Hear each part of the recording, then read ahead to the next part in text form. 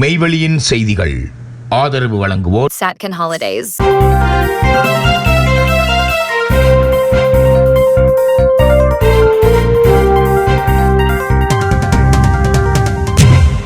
வணக்கம். மெய்வெளியின் செய்திகள் வாசித்தளிப்பவர் சாம் பிரதீபன். முதலில் இலங்கை செய்திகள்.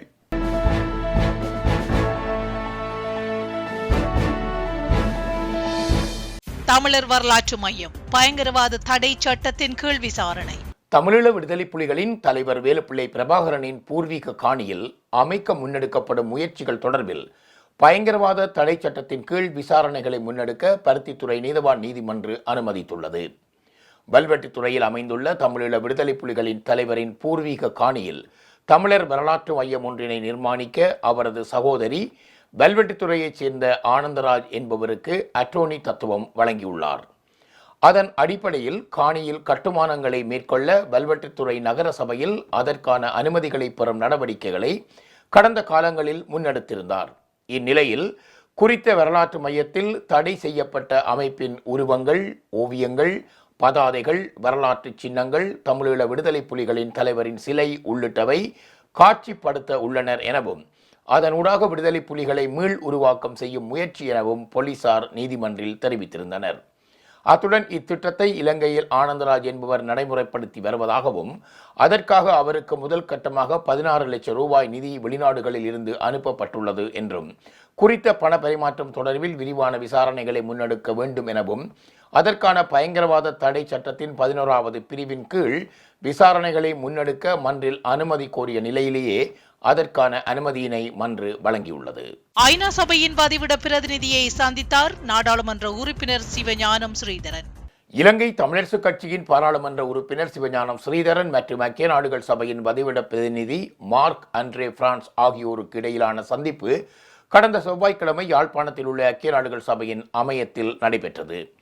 இதன்போது வடக்கு மாகாணத்தின் தற்போதைய அரசியல் மற்றும் சமூக பொருளாதார சூழல் குறித்து விரிவாக கலந்துரையாடப்பட்டது. நீண்ட காலமாக மாகாண சபை தேர்தல்கள் நடத்தப்படாததால் ஏற்பட்டுள்ள பாரிய நிர்வாக இடைவெளி மற்றும் அதனால் மக்கள் எதிர்கொள்ளும் அன்றாட சவால்கள் குறித்து ஐநாவின் பதிவிட பிரதிநிதிக்கு சுட்டி காட்டப்பட்டது.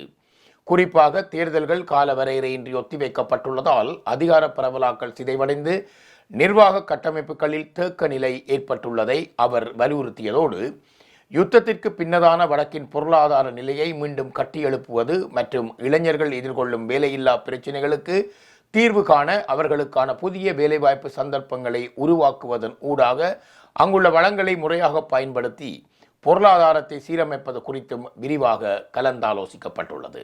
சுரேஷ் சாலேவை நீதிமன்றத்தில் முன்னிலையாக்க உத்தரவு. குற்றப்புலனாய்வினரின் தடுப்பு காவலில் உள்ள அரச புலனாய்வு சேவையின் முன்னாள் தலைவர் மேஜர் ஜெனரல் சுரேஷ் சாலேவை ஏப்ரல் 22ஆம் தேதி நீதிமன்றத்தில் முன்னிலையாக்க கொழும்பு கோட்டை நீதிவான் உத்தரவிட்டுள்ளார். இது தொடர்பான வழக்கு நேற்று நீதிமன்றத்தில் விசாரணைக்கு எடுத்துக் கொள்ளப்பட்ட போது கொழும்பு கோட்டை நீதிவான் இசுரு நெத்திகுமார இந்த உத்தரவை பிறப்பித்திருந்தார். சந்தேக நபர் தற்போது தடுத்து வைக்கப்பட்டு விசாரிக்கப்பட்டு வந்தாலும் இந்த வழக்கில் ஒரு சந்தேக நபராக பெயரிடப்பட்டுள்ளதால் வழக்கு விசாரணைக்கு எடுத்துக் கொள்ளப்படும் போது அவர் நீதிமன்றத்தில் முன்னிலைப்படுத்தப்பட வேண்டும் என்று நீதிவான் தெரிவித்துள்ளார். அதேவேளை திடீர் உடல்நலக் குறைவு ஏற்பட்டதை அடுத்து கொழும்பு தேசிய மருத்துவமனையில் அனுமதிக்கப்பட்டிருந்த மேஜர் ஜெனரல் சுரேஷ் சாலே அங்கிருந்து விடுவிக்கப்பட்டதை அடுத்து மீண்டும் குற்றப்புலனாய்வுத் துறையின் தடுப்பு காவலில் வைக்கப்பட்டுள்ளார். இதற்கிடையில் அவரை சந்திக்க குடும்ப உறுப்பினர்கள் அனுமதி கோரியதாகவும் ஆனால் அதற்கு அனுமதி வழங்கப்படவில்லை என்றும் தெரிவிக்கப்பட்டுள்ளது. டெலோ தலைவரின் தலைமைத்துவத்திற்கு எதிர்ப்பு தெரிவித்து திருகோணமலையில் போராட்டம். தமிழீழ விடுதலை இயக்கத்தின் தலைவர் நாடாளுமன்ற உறுப்பினர் செல்வம் அடைக்கலநாதனின் தலைமைத்துவத்திற்கு எதிர்ப்பு தெரிவித்தும் கட்சியின் 12வது தேசிய மாநாட்டை உடனடியாக கூட்டி புதிய நிர்வாகிகளை தெரிவு செய்ய வலியுறுத்தியும் இன்று திருகோணமலையில் கவனஈர்ப்பு போராட்டம் ஒன்று முன்னெடுக்கப்பட்டது. திருகோணமலை மாவட்ட தமிழீழ விடுதலை இயக்க அங்கத்தவர்களால் ஏற்பாடு செய்யப்பட்ட இப்போராட்டம் கட்சியின் மாவட்ட காரியாலயத்திற்கு முன்பாக ஆரம்பமாக இருந்தது. அங்கிருந்து பதாதைகளை ஏந்தியவாறு பேரணியாக சென்ற அங்கத்தவர்கள் திருகோணமலை கடற்கரையில் அமைந்துள்ள வெலிக்கடை தியாகிகள் அரங்கிற்கு முன்பாக தொடர்ந்து தமது எதிர்ப்பை வெளியிட்டிருந்தனர். போராட்டத்தின் போது ஊடகங்களுக்கு கருத்து தெரிவித்த கட்சியின் மூத்த உறுப்பினர் கௌரிதாஸ் பத்மலோஜினி கட்சியின் யாப்பு விதிகளின்படி தற்போதைய தலைவர் உள்ளிட்ட உயர்மட்ட நிர்வாகிகளின் பதவிக்காலம் கடந்த 23 மார்ச் 2026 அன்றுடன் நிறைவடைந்துள்ளது. எனவே தாமதமின்றி கட்சியின் 12வது தேசிய மாநாடு கூட்டப்பட வேண்டும் என்பதே எமது பிரதான கோரிக்கையாகும் என்று தெரிவித்தார். வடக்கு மற்றும் கிழக்கின் 8 மாவட்டங்களிலும் கட்சியின் புதிய நிர்வாகிகள் யாப்பு விதிகளின்படி தெரிவு செய்யப்பட்டுள்ளனர். திருகோணமலை மாவட்ட நிர்வாகிகளின் தெரிவும் கட்சியின் தலைமை குழு முன்னிலையிலேயே நடைபெற்றது. இருப்பினும் இந்த தெரிவு யாப்புக்கு முரணானது என தற்போது வழக்கு தொடரப்பட்டுள்ளது. இந்த வழக்கின் பின்னணியில் கட்சியின் தலைமைத்துவத்தின் ஆசீர்வாதம் இருப்பதாக தாம் சந்தேகிப்பதாகவும் உட்கட்சி ஜனநாயகத்தை மீறும் செயற்பாட்டை உடனடியாக நிறுத்தி வழக்கை மீளப்பெற வேண்டும் என்றும் அவர் வலியுறுத்தியிருந்தார். போராட்டத்தில் கலந்து கொண்டவர்கள் பல்வேறு வாசகங்கள் அடங்கிய பதாதைகளை ஏந்தியிருந்தனர். தலைமை குழுவே தேசிய மாநாட்டை உடனே நடத்து, தங்கண்ணா ஸ்ரீயண்ணா கட்டிக்காத்த கட்சியை சீரழிக்காதே, கட்சி தலைமையே இரட்டை வேடம் போடாதே, டெலோவை அழிக்காதே, பதவி ஆசை போதும், சாகும் வரை நீங்களா பதவியில் இருப்பீர்கள், தலைமை குழு உறுப்பினர்களே பதவி ஆசைக்காகவா அன்று ஆயுதம் தூக்கினீர்கள் என்ற வாசகங்கள் வெளிப்படுத்தப்பட்டிருந்தன. கட்சியின் புதிய நிர்வாகிகளின் தெரிவை அங்கீகரித்து ஜனநாயக ரீதியான மாநாட்டை நடத்தி புதிய தலைமையை உருவாக்க வழிவிடுமாறு போராட்டக்காரர்கள் இதன் போது வலியுறுத்தியிருந்தனர். நாடாளுமன்ற உறுப்பினர் நடராஜா ரவிராஜ் படுகொலை சம்பவம் வழக்கை மீண்டும் விசாரணைக்கு உட்படுத்துமாறு நீதிமன்றம் உத்தரவு. பெரும் பரபரப்பை ஏற்படுத்திய தமிழ் தேசிய கூட்டமைப்பின் முன்னாள் பாராளுமன்ற உறுப்பினர் நடராஜா ரவிராஜ் படுகொலை சம்பவம் தொடர்பில் குற்றம் சாட்டப்பட்டிருந்த கடற்படை சிப்பாய்கள் உள்ளிட்ட 5 பிரதிவாதிகளை விடுவித்து கொழும்பு மேல் நீதிமன்றம் வழங்கிய தீர்ப்பை மேன்முறையீட்டு நீதிமன்றம் ரத்து செய்துள்ளது. அத்துடன் இந்த வழக்கை மீண்டும் விசாரணைக்கு உட்படுத்துமாறும் நீதிமன்றம் உத்தரவிட்டுள்ளது. குறித்த பிரதிவாதிகளை விடுவித்து கொழும்பு மேல் நீதிமன்றம் வழங்கிய தீர்ப்புக்கு எதிராக சட்டமா அதிபரினால் தாக்கல் செய்யப்பட்ட மேன்முறையீட்டு மனுவை விசாரணை செய்த பின்னரே நீதியரசர்களான சசி மகேந்திரன் மற்றும் அமல் ரணராஜா ஆகியோர் அடங்கிய மேன்முறையீட்டு நீதிமன்ற நீதியரசர்கள் குழாம் இந்த உத்தரவை பிறப்பித்துள்ளது. மட்டக்களப்பில் இடம்பெற்ற கொடூர கொலை, சட்டத்தரணிகள் எவரும் நீதிமன்றில் முன்னிலையாக கூடாது என கண்டன ஆர்ப்பாட்டம். மட்டக்களப்பு நெல்லிக்காடு பகுதியில் இடம்பெற்ற கொடூர கொலை சம்பவத்துடன் தொடர்புடைய சந்தேக நபர்களுக்கு ஆதரவாக சட்டத்தரணிகள் எவரும் நீதிமன்றத்தில் முன்னிலையாக கூடாது என வலியுறுத்தியும் பாதிக்கப்பட்டவர்களுக்கு நீதியை கோரியும் மட்டக்களப்பு நகரில் பாரிய கண்டன ஆர்ப்பாட்டம் வெள்ளிக்கிழமை முன்னெடுக்கப்பட்டது. வெல்லாவளி 40ஆம் கிராம மக்களின் ஏற்பாட்டில் இந்த ஆர்ப்பாட்டம் நடைபெற்றது. கடந்த 20ஆம் தேதி கொக்கட்டிச்சோலை போலீஸ் பிரிவுக்குட்பட்ட நெல்லிக்காடு வயல் பகுதியில் உள்ள கிணறு ஒன்றிலிருந்து பெண் ஒருவர் உயிருடன் மீட்கப்பட்டிருந்தார். அதே கிணற்றிலிருந்து மற்றொரு பெண்ணின் சடலமும் கண்டெடுக்கப்பட்டிருந்தது. இச்சம்பவம் மட்டக்களப்பில் தொடர்ச்சியாக இடம்பெற்று வந்த பாரிய கொள்ளை மற்றும் கொலைகளின் பின்னணியை வெளிச்சத்துக்கு கொண்டு வந்திருந்தது. இது தொடர்பாக 3 உட்பட 6 சந்தேக நபர்கள் போலீசாரால் கைது செய்யப்பட்டிருந்தனர். கடந்த 23ஆம் தேதி மட்டக்களப்பு நீதிவான் முன்னிலையில் ஆஜர்படுத்தப்பட்டவர்களில் 3 4 நாட்கள் போலீஸ் காவலில் வைத்து விசாரிக்கவும், ஏனைய 2 மார்ச் 27ஆம் தேதி வரை விளக்கமறியலில் வைக்கவும் உத்தரவிடப்பட்டுள்ளது. இந்த வழக்கு இன்று மீண்டும் நீதிமன்றில் எடுத்துக் கொள்ளப்பட உள்ள நிலையிலேயே இப்போராட்டம் முன்னெடுக்கப்பட்டது. காந்தி பூங்காவிலிருந்து பழைய கச்சேரி வரை பேரணியாக சென்ற போராட்டக்காரர்கள் இக்கொடூர குற்றச்செயல்களில் ஈடுபட்ட சந்தேக நபர்களுக்கு ஆதரவாக எந்த ஒரு சட்டத்தரணியும் நீதிமன்றில் முன்னிலையாக கூடாது, குற்றவாளிகளுக்கு உச்சக்கட்ட தண்டனை வழங்கப்பட வேண்டும், பெண்கள் மற்றும் சிறுவர்கள் மீதான வன்முறைகளை தடுக்க போலீசார் துரித நடவடிக்கை எடுக்க வேண்டும் ஆகிய கோரிக்கைகளை முன்வைத்திருந்தனர். கொலை குற்றவாளிகளுக்கு துணை போகாதே, பாதிக்கப்பட்டவர்களுக்கு நீதி வேண்டும், பெண்கள் மற்றும் சிறுவர்கள் மீது கை வைக்காதே போன்ற வாசகங்கள் அடங்கிய பதாதைகளை ஏந்தியவாறு பொதுமக்கள் கோஷங்களை எழுப்பியிருந்தனர். மாவட்ட செயலகத்தின் முன்பாக திரண்ட மக்களை சந்தித்த மட்டக்களப்பு மாவட்ட அரசாங்க அதிபர் அவர்களுடன் கலந்துரையாடினார். இதன்போது இனிவரும் காலங்களில் இத்தகைய சம்பவங்கள் இடம்பெறாதிருப்பதை நீதித்துறை உறுதிப்படுத்த வேண்டும் என வலியுறுத்தி அரசாங்க அதிபரிடம் போராட்டக்காரர்களால் மகஜர் ஒன்று கையளிக்கப்பட்டிருந்தது. இந்த ஆர்ப்பாட்டத்தில் மட்டக்களப்பு மாவட்ட பாராளுமன்ற உறுப்பினர்களான ராசமாணிக்கம் சாணக்கியன், ஞானமுத்து ஸ்ரீநேசன், வைத்தியர் இளையதம்பி ஸ்ரீநாத் ஆகியோருடன் பிரதேச சபை தவிசாளர்கள், மட்டக்களப்பு மாநகர சபை முதல்வர், பொது அமைப்புகளின் பிரதிநிதிகள் மற்றும் பெருமளவிலான பொதுமக்கள் கலந்து கொண்டிருந்தனர். செய்திகளில் இனி வருவன இந்திய செய்திகள்.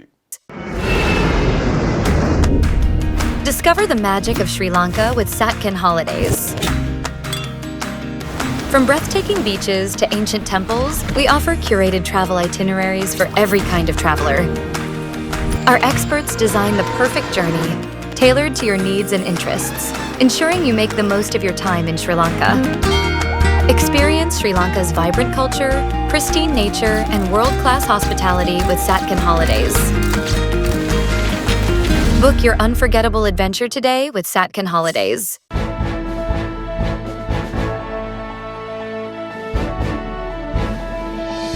ராமநாதபுரம் தொகுதியை தொடர்ந்து பாஜகவுக்கு ஒதுக்குவதால் அதிமுகவினர் ஏமாற்றம். மனாதபுரம் சட்டப்பேரவை தொகுதியை தொடர்ந்து பாஜகவுக்கு ஒதுக்குவதால் அதிமுகவினர் ஏமாற்றம் அடைந்துள்ளனர். ராமநாதபுரம் மாவட்டத்தில் உள்ள பரமக்குடி, திருவாடானை, ராமநாதபுரம், முதுகுளத்தூர் ஆகிய 4 சட்டப்பேரவை தொகுதிகள் உள்ளன. இதில் தேசிய ஜனநாயக கூட்டணியில் பரமக்குடி, திருவாடானை, முதுகுளத்தூர் ஆகிய தொகுதிகளில் அதிமுக போட்டியிட உள்ளது. ராமநாதபுரம் தொகுதி பாஜகவுக்கு ஒதுக்கப்பட்டுள்ளது. ராமநாதபுரம் சட்டப்பேரவை தொகுதியில் இதுவரை நடந்த தேர்தல்களில் அதிமுக 6 முறை வென்று முதலிடத்தில் உள்ளது. 1952 முதல் 2021 வரை 16 முறை நடந்த சட்டப்பேரவை தேர்தல்களில் 1977, 1980, 1984, 1991, 2001, 2016 என அதிமுக 6 முறை வெற்றி பெற்றுள்ளது. திமுக 5 முறையும், காங்கிரஸ் 3 முறையும், மனிதநேய மக்கள் கட்சி சுயேட்சை தலா 1 முறையும் வென்றுள்ளன. கடந்த 2021 தேர்தலில் திமுக வேட்பாளர் காதர் பாட்சா முத்துராமலிங்கமும் 2016 அதிமுகவின் மணிகண்டனும் வெற்றி பெற்றனர். தற்போது பாஜகவுக்கு ஒதுக்கப்பட்டுள்ளது குறித்த அதிமுகவினர் கூறுகையில், ராமநாதபுரம் தொகுதியில் வெற்றி பெறும் கட்சியே தமிழகத்தில் ஆட்சியில் அமரும் என்ற அரசியல் சென்டிமெண்ட் தொடர்ந்து வருகிறது. ராமநாதபுரம் அதிமுக கோட்டையாக இருந்த போதும் கடந்த 2021 தேர்தலில் தற்போதைய தேர்தல் கூட்டணி கட்சியான பாஜகவுக்கு ஒதுக்கியதால் அதிமுகவினர் பெரும் ஏமாற்றம் அடைந்துள்ளனர். திமுகவை தோற்கடிக்க வேண்டுமென்றால் அதிமுக நேரடியாக போட்டியிட வேண்டும். அதற்கேற்க அதிமுக வேட்பாளரை கட்சி தலைமை நிறுத்தி வெற்றி பெறச் செய்ய முயற்சித்திருக்க வேண்டும். தொகுதி கிடைக்காதது ஏமாற்றமே என்றாலும் கூட்டணி தர்மம் கருதி தேர்தல் பணியாற்றுவோம் என்றனர்.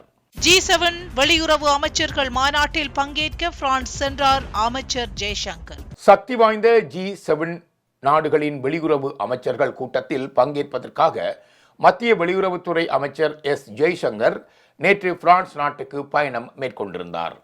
மேற்கு ஆசியாவில் நிலவி வரும் போர் பதட்டத்தை தணிப்பது மற்றும் சர்வதேச வர்த்தகத்துக்கான கடல்சார் பாதையான ஹார்முஸ் ஜலசந்தியை எவ்வித தடையுமின்றி இயக்குவது குறித்த இந்த மாநாட்டில் விரிவாக ஆராய உத்தேசிக்கப்பட்டுள்ளது.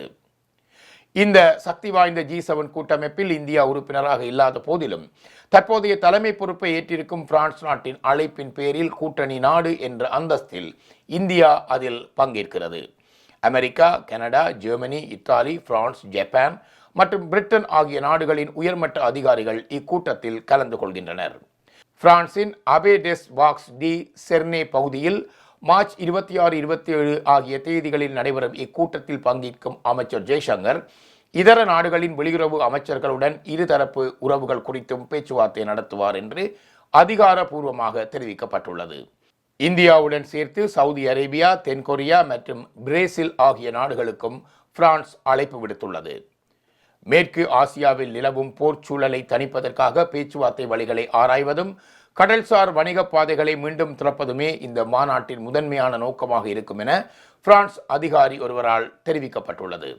மேலும் ஈரானின் அணுசக்தி மற்றும் ஏவுகணை திட்டங்களை கட்டுப்படுத்துவது குறித்தும் இக்கூட்டத்தின் போது வெளியுறவு அமைச்சர்கள் விவாதிக்க உள்ளார்கள்.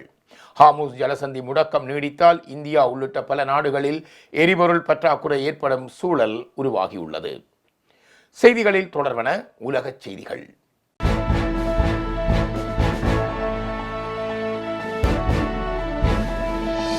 பேச்சுவார்த்தையில் ஈடுபடுவதற்கே அமெரிக்காவிற்கு உண்மையான நோக்கமில்லை. போரை முடிவுக்கு கொண்டுவர ஈரான் முன்வைத்த 5 நிபந்தனைகள். ஈரானின் மூத்த அரசியல் மற்றும் பாதுகாப்பு அதிகாரி ஒருவர் பிரஸ் டிவிக்கு அளித்த செவ்வியில் போரை முடிவுக்கு கொண்டு வருவதற்கான நடவடிக்கைகளை ஈரானின் நிபந்தனைகள் மற்றும் கால அட்டவணையின் படியே நடக்கும் என வலியுறுத்தினார். அர்த்தமுள்ள பேச்சுவார்த்தையில் ஈடுபடுவதற்கு அமெரிக்காவிற்கு உண்மையான நோக்கம் இல்லை என்று அவர் தெரிவித்தார். பிராந்திய இடைத்தரகர் மூலம் வழங்கப்பட்ட சமீபத்திய அறிக்கையை பதட்டங்களை அதிகரிப்பதற்கான ஒரு தந்திரம் என தெரிவித்த அவர், போரை முடிவுக்கு கொண்டுவர ஈரான் ஒப்புக்கொள்ளும் 5 குறிப்பிட்ட நிபந்தனைகளை அந்த அதிகாரி கோடிட்டு காட்டினார். 1. எதிரியின் ஆக்கிரமிப்புகள் மற்றும் படுகொலைகளை முழுமையாக நிறுத்துதல். 2. இஸ்லாமிய குடியரசுக்கு எதிராக மீண்டும் போர் மூளாமல் இருப்பதை உறுதி செய்ய உறுதியான வழிமுறைகளை நிறுவுதல். 3. போர் சேதங்கள் மற்றும் இழப்பீடுகள் வழங்கப்படுவதை உறுதி செய்யும் தெளிவான வரையறைகளை வழங்குதல். 4. பிராந்தியத்தில் உள்ள அனைத்து முனைகளிலும் மற்றும் அனைத்து எதிர்ப்பு குழுக்களுக்கும் எதிரான போரை முடிவுக்கு கொண்டு வருதல். 5. ஹார்முஸ் நீரிணையின் மீது அதிகாரம் செலுத்துவதற்கான ஈரானின் இறையாண்மை உரிமைக்கு சர்வதேச அங்கீகாரம் மற்றும் உறுதிமொழிகள். நல்லெண்ணத்துடன் செயற்படும் அனைத்து இடைத்தரகர்களுக்கும் அனைத்து நிபந்தனைகளையும் ஏற்றுக்கொள்வதை பொறுத்தே போர் நிறுத்தம் அமையும் என்று ஈரான் தெரிவித்துள்ளது. அதற்கு முன்பு எந்த பேச்சுவார்த்தையும் நடைபெறாது என அந்த அதிகாரி வலியுறுத்தி கூறியுள்ளார். கூறப்பட்ட நிபந்தனைகள் நிறைவேற்றப்படும் வரை ஈரானின் பாதுகாப்பு நடவடிக்கைகள் தொடரும் என்று மீண்டும் உறுதிப்படுத்தியிருந்தார். ஐரோப்பிய பாராளுமன்றத்தில் புதிய சட்டம், குடியேற்றவாசிகளுக்கு இனி இடமில்லை. ஐரோப்பிய பாராளுமன்றம் சமீபத்தில் ஐரோப்பிய ஒன்றியத்துக்கு வெளியே குடியேறிகளை திரும்ப அனுப்பும் மையங்களை அமைக்கும் திட்டத்திற்கு ஒப்புதல் அளித்துள்ளது. இந்த திட்டம் குடியேற்ற கொள்கையை கடுமையாக்கும் ஒரு முயற்சியாக கருதப்படுகிறது. தஞ்சம் கோரிய விண்ணப்பங்கள் நிராகரிக்கப்பட்டால் அவற்றை ஐரோப்பிய ஒன்றியத்துக்கு வெளியே உள்ள மையங்களுக்கு அனுப்பி வைக்கலாம். அந்த மையங்களில் குடியேறிகள் தற்காலிகமாக தடுத்துக் கொள்ளப்படுவார்கள் என்று ஐரோப்பிய ஒன்றியம் தெரிவித்துள்ளது. இந்த முடிவுக்கு எதிர்ப்பு தெரிவித்து பல கருத்துக்கள் இடதுசாரிகளால் முன்வைக்கப்பட்டுள்ளன. அரசியல் மற்றும் சமூக வட்டாரங்களில் இது குடியேற்ற கொள்கையை கடுமையாக்கும் முயற்சி என்றும் மனித உரிமைகள் குறித்த சிந்தனைகளை தூண்டும் என்றும் விமர்சிக்கப்பட்டுள்ளது. ஐரோப்பிய ஒன்றியத்தின் குடியேற்ற சட்டத்தில் இது முக்கியமான ஒரு மாற்றமாகும். எதிர்காலத்தில் குடியேற்ற கொள்கை பிரிவுக்கான செயல்முறை மற்றும் சமூக எதிர்வினைகளை பல வகையில் பாதிக்கக்கூடும் என எச்சரிக்கப்பட்டுள்ளது. இத்துடன் மெய்வழியின் செய்திகள் நிறைவு பெற்றன. தொடர்ந்தும் எமது செய்திகளை பார்வையிட www.மெய்வழி.com என்ற எங்கள் இணையதளத்தை பார்வையிடுங்கள். அத்தோடு மெய்வழி ஆப்பையும் தரவிறக்கம் செய்து கொள்ளுங்கள். நன்றி.